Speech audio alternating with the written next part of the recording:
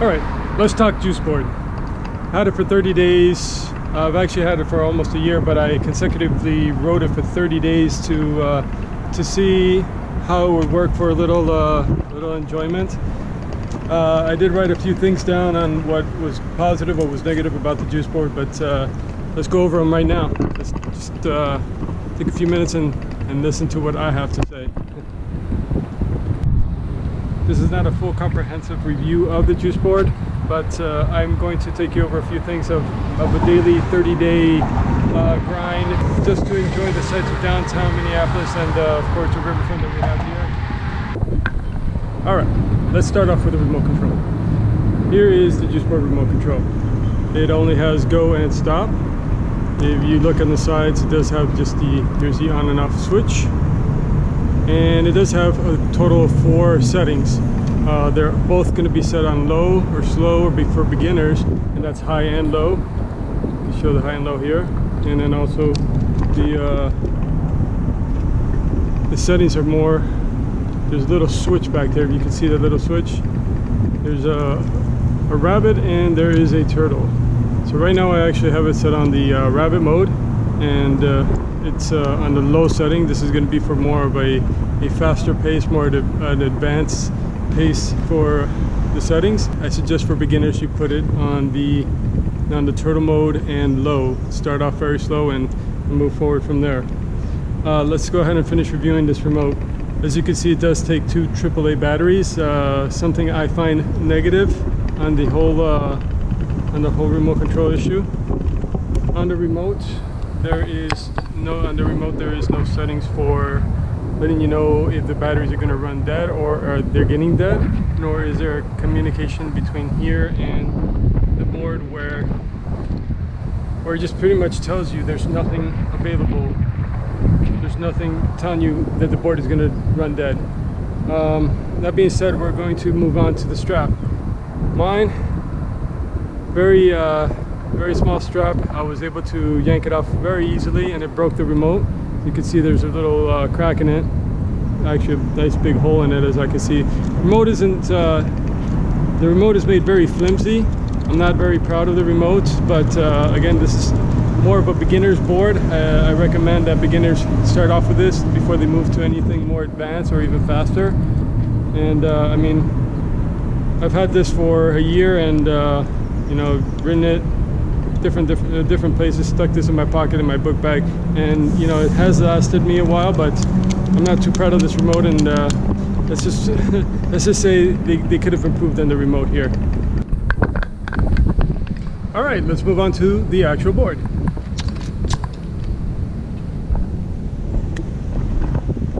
As you've seen in my last videos, I've had a great time with this board. I actually enjoy riding the board, especially when it's just at the cruising speed. The board is self-explanatory here. It's has about 83 centimeter wheels with a battery pack in the bottom. This is one of the lighter boards on the market to cruise around with, and as you can see, let's turn it around.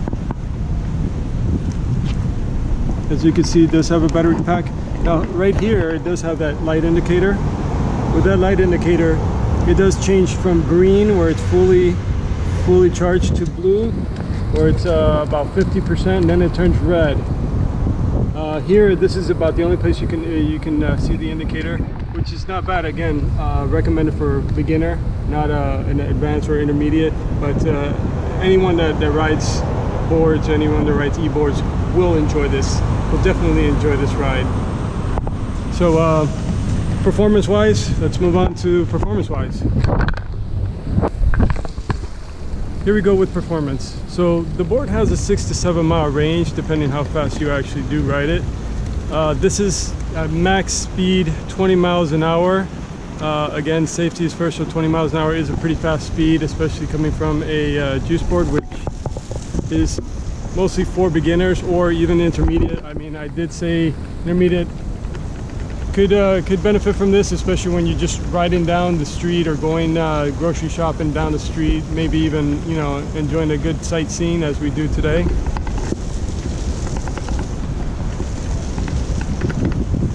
The weight is 13 pounds. It's not that hefty. It's pretty good to carry around. It is a bit long, if you can see.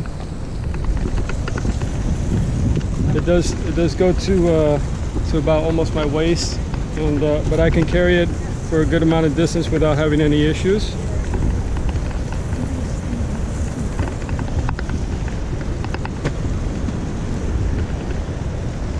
So aside from that short 67-mile range, it all depends on how fast you go. It could be about 4 or 5 miles in the speed range, depending on your speed that you're cruising at, or the amount that you're just throttling it at. Other things I could say about this is, I mean, I'm very happy with this board. I'm enjoying it. I do use this just to go around downtown Minneapolis. All right, so the camera keeps turning off on me. So I do use this just to roll around downtown Minneapolis, St. Paul, in the Twin Cities area, only for a few miles, just to enjoy the sightseeing. My overall expectation of this board is great. Aside from the remote control being pretty weak, I do think that this is a good board to start with, to learn with, and overall just cruise around the city with. I've gone through rough terrain, I've gone through grass, and it's just overall performed extremely well. So I give it a thumbs up. I quite enjoy this board. It's very fun, and it's very friendly, especially carrying it around. It's light. 13 pounds is nothing compared to some of the other boards out in the market, which are probably above 15 and above. I quite enjoy the ride. It's brisk, it's cool, and it's very portable to be around the city. It's still a great longboard, and the performance of the board